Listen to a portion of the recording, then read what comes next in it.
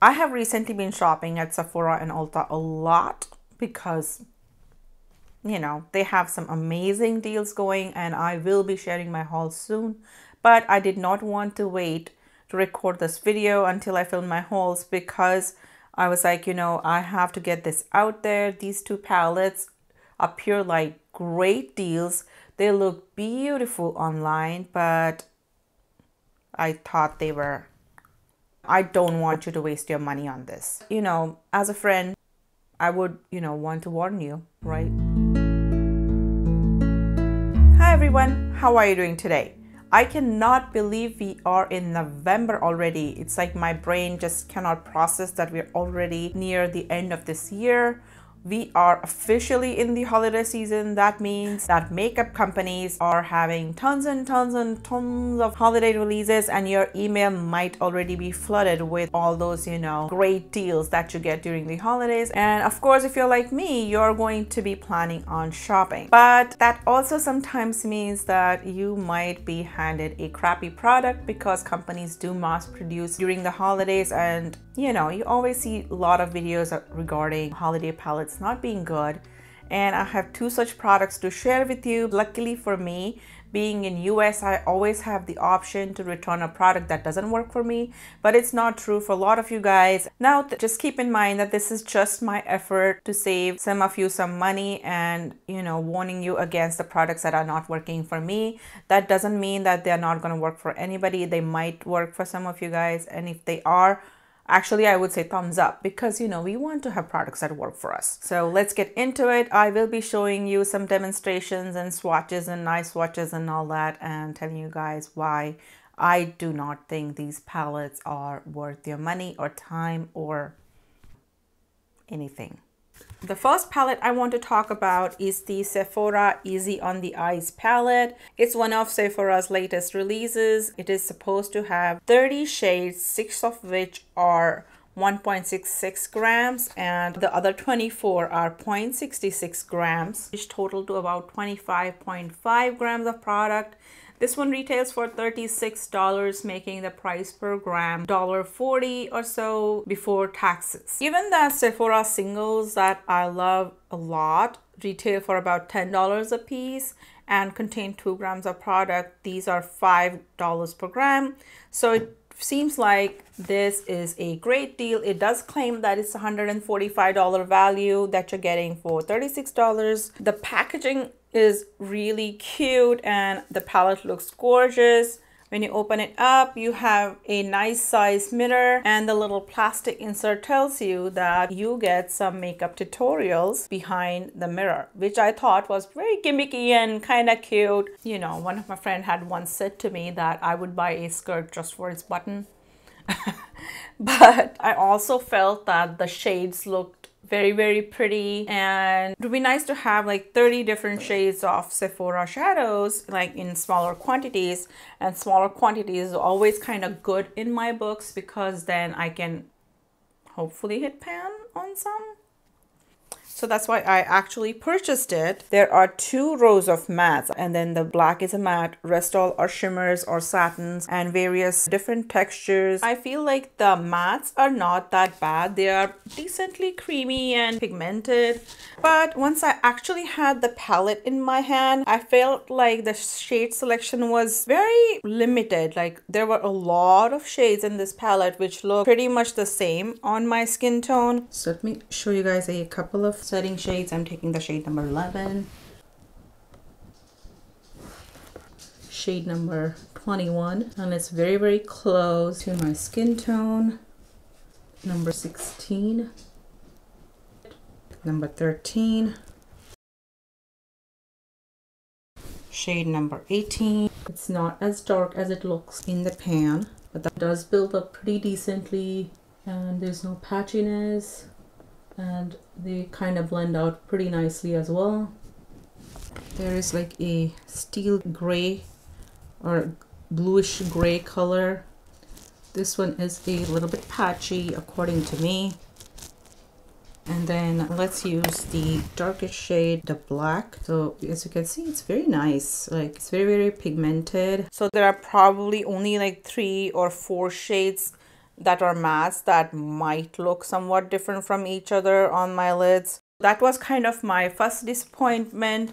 Let's get into the shimmers. Let me first of all show you the shimmers that I like. This is kind of a satiny shade, and then a kind of a chunky icy white shade. I think it's like a shadow topper. I love both of them. This is a Duochrome shade, which kind of blends away to nothingness. This is like a gray shade. Some of the basic shades are fine, but then there's like this golden, which is, I mean, is this supposed to be a shimmer or is it supposed to be a matte? It's so bad. You know, this shade number 20, a Duochrome. Again, it doesn't have the impact that other shadows I have seen from Sephora. This is a blue shade, and according to me, I'll show you guys in a second, it's very patchy on the eyes. Whereas this is a gold single, and then this is a greenish single. Let me swatch them right next to the dark ones. So, or wherever the gold was. Where was the gold? So this is the gold from the palette, whereas this is the gold from the single shadow. And that's the green from the single shadow. Can you see how they feel creamy? They have a very nice texture, and in general they're beautiful. There is a similar looking green in the palette. Look how powdery and non-shiny this is. It just makes me think of those kids eyeshadow palettes, which is very, very disappointing. So let's apply some of these on the eye. Shade number 15. Can you guys see it? I can't. Let's spray it. Yeah, these do kind of okay after I spray it. So I applied just this one, and then I'm trying out this one right now. This is the Duochrome from the palette, shadow number 20. Now my brush is kind of moist. I just sprayed it. I did wipe the previous shadow away, but they're very hard. Like, let's try the green one here. As you can see, this is pigmented. It doesn't apply nicely. And what I mean by that is, let me take the single shadow on the same brush.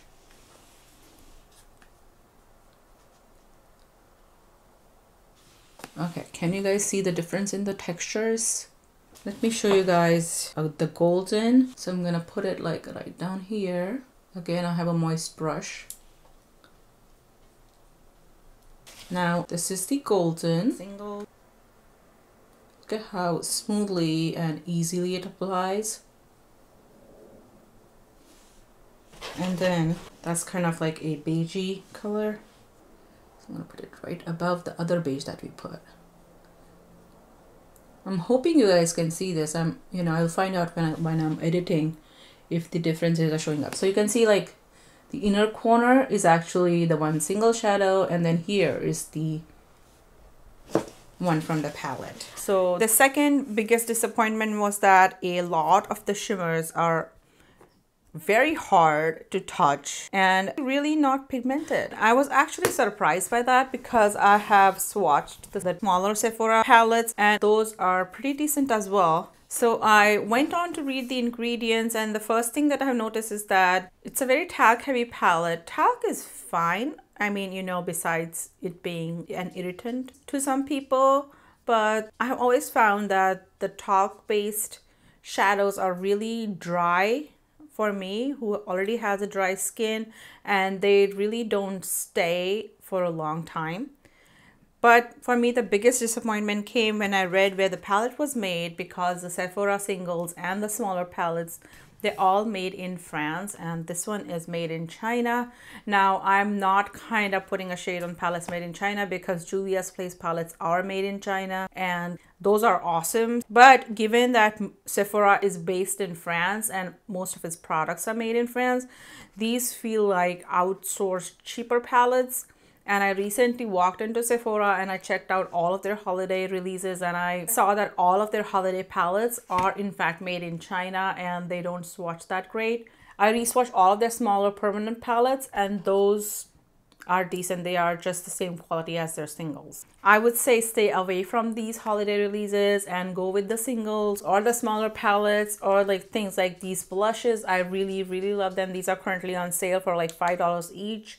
They're called Blush Me blushes and they blend beautifully. They have nice pigmentation. If you want Sephora products, I would say just stay away from the holiday releases. Definitely stay away from this. This one claims to be a $145 value. You know, it's $36, but $36 you can still get awesome makeup in drugstore for that price. So this one is a definite hard pass according to me. I hope you guys enjoyed this video. If you did, please give this video a thumbs up. If you're new to my channel, don't forget to subscribe before you leave, and thanks again for watching.